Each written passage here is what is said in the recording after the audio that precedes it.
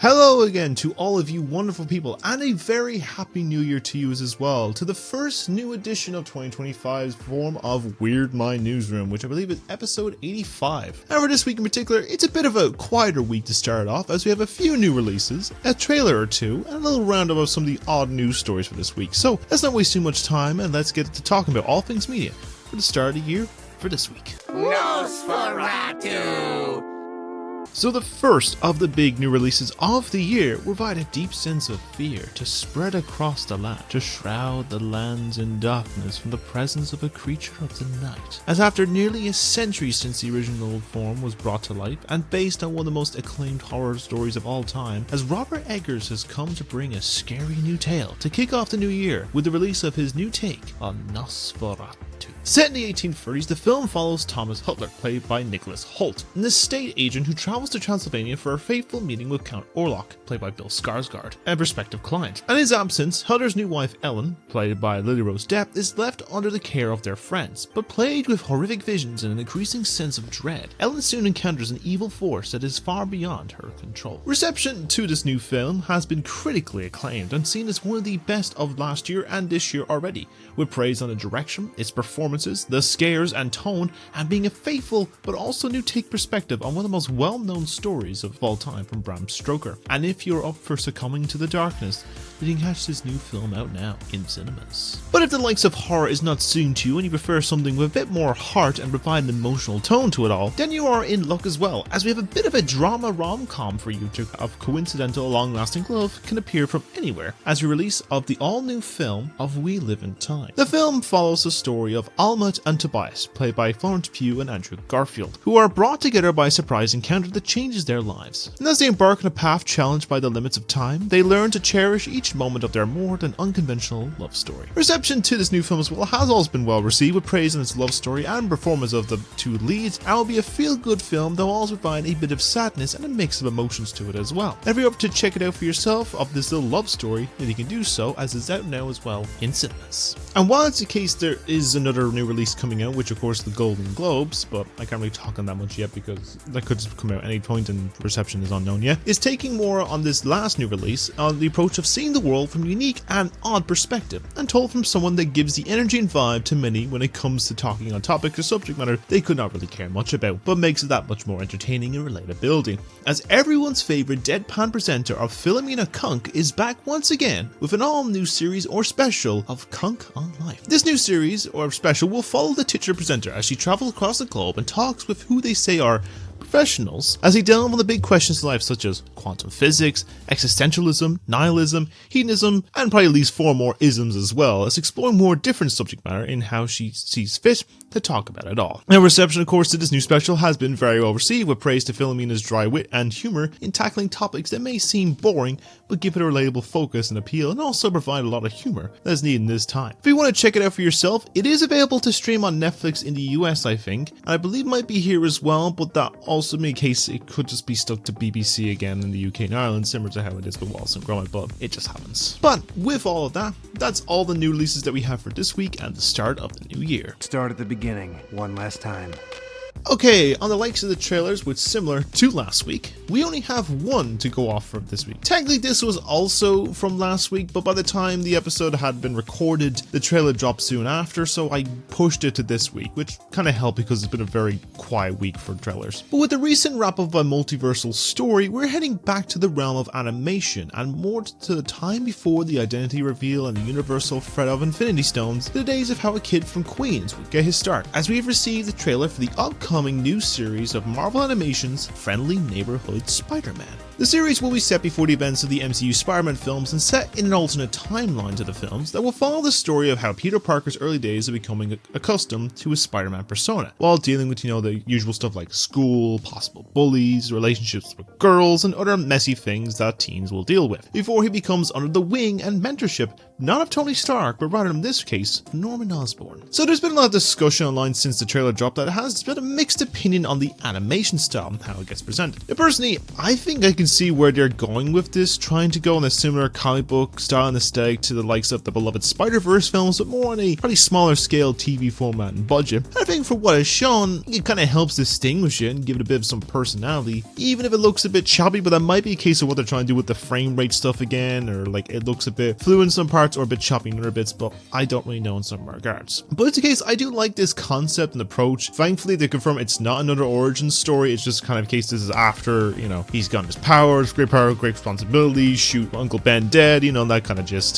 So it's a case there might be some interesting narrative of this coming of age tale and give a new perspective to the universe we know. And thankfully, we don't have to wait too long for this as well, as we'll be swinging by and catch this new series on Disney Plus at the end of this month on January 29th. And with all that, that's all the trailers that we have for this week as well. So on the likes of news for this week, it's mainly just a small collection of a mixed array of news stories, which consists of a new casting announcement, a rumored new project in the works, and one more rumored release date that may have accidentally been leaked by accident, but could be potential to come from it. And instead of making 3 separate stories, we're going to condense them into one here. So let's get talking what has been discussed from this week. So the first story is the only one that has been confirmed as of right now from this week, and this came at the very end of last year and the start of this year, and this is in the form of some casting news coming to us from the studio of Warner Bros, and specifically the area they seem to have had a lot of studio interference with, and now is being rebooted with the DCU. So we have now entered the new realm with the release of Creature Commandos that has been out in the US since early December. Donna is out over here, hopefully soon, and we'll be soon flying high with the new take on Superman this summer. But we do have another character that was announced that will be making an appearance in the planned second film, which is of course with another Kryptonian, and that's the planned Supergirl movie with Millie Alcock. But it's a discussion of some new additions to that roster of characters being introduced into that movie,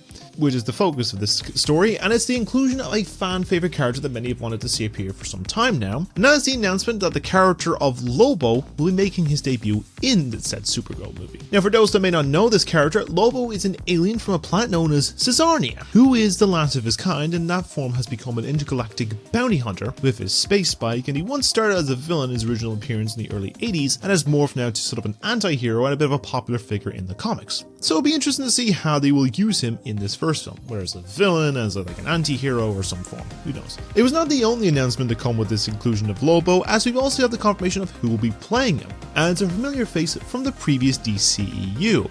It was confirmed that Jason Momoa will be taking on the role and swapping the green tights for some more bounty hunter attire. And I think bringing him back for this choice is a well-made one too, because it's been a fan requested one for some time and he's wanted to play it since. Now I'm intrigued to see how they will go about this character and how this will look, but I guess we'll see how this film comes about when the film releases in June of 2026. Now staying with Warner for this second story, we have a rumored discussion in the works that may be in talks for the moment and possibly jumping a bit too far ahead in concept, as we were talking on this series that has been a lot of people's top spots for the year. It's in like top 10, but I'm not sure if it's in like top 3, who knows. And that's of course with the adaptations of the Dune novels. So it's known that we've already received the 2-part adaptation of the original one for over the course of the last 2 or 3 years, and also known that we have another one on the way in the form of Dune Messiah, which is being worked on the director of the past 2 of Denis Villeneuve, which is presumably out next December. But after that, it seems he is done with this series, as he sees after Messiah the books seem to dip in quality. However, this is not gone over Warner Bros. In understanding, as according to some rumors, it looks like we're going to continue this series of books and adapting to films and another show or 2, which is where the concern will start to come into play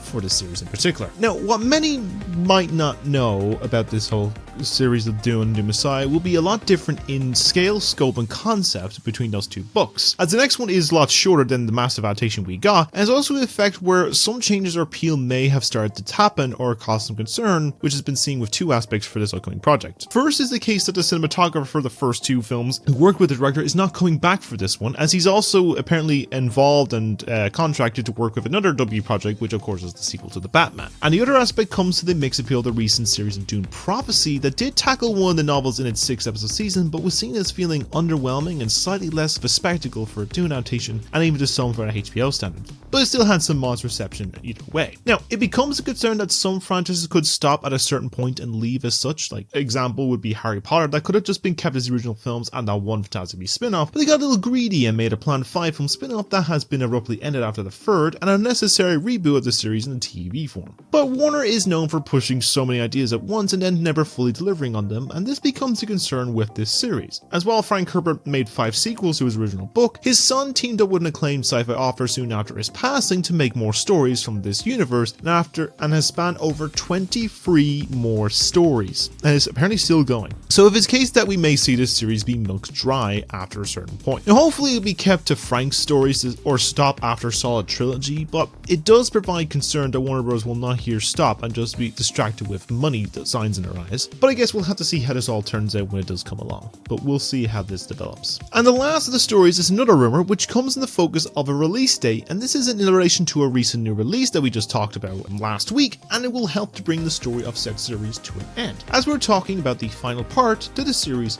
of Squid Game. So we may have just got the recent second season of the show last week for a little Christmas present from Netflix, and the likes of this appeal of the show was still decently received, but for some was a little mixed opinion in terms of its outcome, as many felt that the season was a slightly bit too short or just a little inconclusive because the series ends in the middle of the whole games. Now the reason for that was because the story was initially supposed to just end with a second season of 8 episodes, but the show creator planned out the story and realized it would fit more over 10 episodes and decided to split the show into 2 more seasons instead of wrap it up with a third and final part, while also filming the series back to back. Now we have gone the first half already, and it was for a bit of time shortly after where it was projected that we will be getting the final part for the show sometime in the summer or early fall of this year. But it looks like we may not be waiting too long to find out the exact date, and going off an accidental description from the country it is from, it may have let slip of when we'll get to see this end happen. Now a day or two ago, Netflix Korea dropped a bit of a sizzle reel of the recent season and a possible little tease of the next part itself on their socials on YouTube, but they have had to quickly take it down or private the video as they accidentally revealed the date for the last season a little bit too early in their description. But people got the video and the image and discovered the final season will be dropping supposedly on June 27th. Now this would line up with the idea of the summer or fall projected release window and may work for placement for the 3 big shows, which is this Wednesday and the final season of Stranger Things, where one could probably come out in late spring, early summer, one could come out in the summer or early fall, and then the other one could come out in the fall or early winter. But we'll have to see how this releases. Now as of writing, Netflix has not responded or made any announcements to this, so it's all speculation for the moment, but a gap that long will help with finalizing some last minute fixes and touch-ups needed and help to bring the series to a possible satisfying conclusion, but we'll see how it all comes about. But with all that, I would like to know your thoughts on this mishmash of news stories, from your thoughts on the choice of casting for Lobo, your thoughts on the Dune series continuing and possibly concerned of being milked dry, and when do you see the final season for Squid Game for dropping on Netflix? Let me know what you think down below and we can discuss it there, and with that, that's all the news that we have at the start of this year. Here we go again. And so now, with all of that, that ends episode 85 of Weird Mind Newsroom, and I hope you enjoyed this slightly shorter episode for this week. It's not much, but it's the start of a new year, so there's plenty of protection. So, well, first off, before I continue in the case, I'd like to thank you all for helping me reach my sub goal by the end of last year. We reached 100 subs. I'd like to thank you all for basically helping me reach that goal, and I hope to entertain a lot of you into this new year and continue on with getting more people to interest in my stuff, but we'll see how it goes along. I don't know what my next sub goal is, maybe for my second anniversary of starting this channel, maybe for maybe 125 or 150, I'll see, but maybe I'll figure something out. I'm gonna think what's the best method approach. Let's go small and steady, but we'll get there. But anyway, so out that out of the way, let's discuss what's coming up on the channel for maybe this year, but mostly what's coming up more soon. So we'll start with reviews. So currently I have 2 reviews ready to go. I just have to basically just get through editing, which is of course my double feature review of Transformers 1 and the Wild Robot. Both of them will be 2 separate videos and they should be coming out in the next day or 2. I'm in the midst of starting the Transformers 1 and I'm going to go to Wild Robot after. So I release them either at the same time or maybe do a day apart, but we'll see how this goes. I have more long stuff coming along as well, more long forms and short form reviews. Might fly through a few of them just to get them out in that regard. Trying to figure out maybe a review for the 200 special episode